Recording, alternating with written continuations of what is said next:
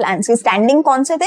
जो बार बार रेगुलरली हम अपने बिजनेस में यूज कर सकते हैं। स्टैंडिंग प्लान्स में सबसे पहला क्या आता है मेरा? पॉलिसीज। देखो पॉलिसी क्या है? पॉलिसी ना जनरल गाइडलाइन है कि जनरली मैनेजर्स को किस तरीके से मैनेजमेंट करनी चाहिए। कुछ स्पेसिफिक, कुछ स्ट्रिक्ट जो है पॉलिसीज में हम नहीं बताते। पॉलिसीज क्या है? जनरल स्टेटमेंट्स है, जनरल गाइडलाइंस है कि कैसे हमारे मैनेजर्स को जो है काम करना चाहिए। दैट गाइड द थिंकिंग और channelize energies towards a particular direction, कि किस पर्टिकुलर डायरेक्शन में एम्प्लॉइज को, मैनेजर्स को काम करना चाहिए, उसकी जनरल गाइडलाइंस है।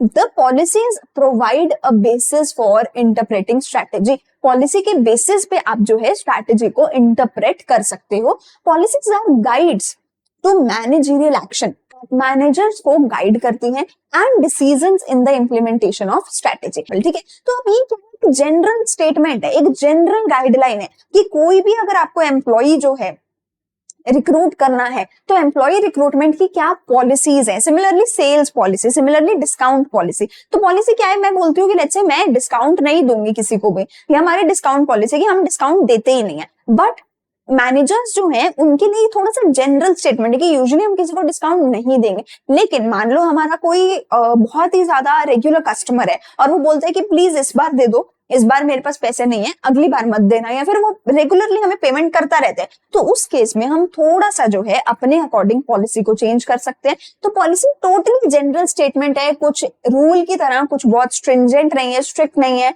बहुत स्पेसिफिक नहीं है, जनरल गाइडलाइंस है कि हमें कैसे एक कंपनी में मैनेजर्स को काम करना चाहिए।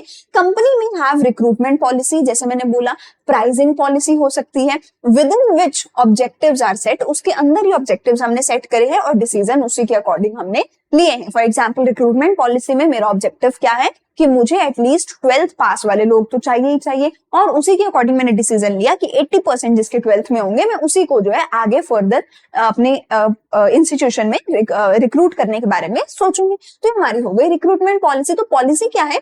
जनरल गाइडलाइंस है कि हमें कैसे काम करना चाहिए, मैनेजर्स को किस डायरेक्शन में काम करना चाहिए।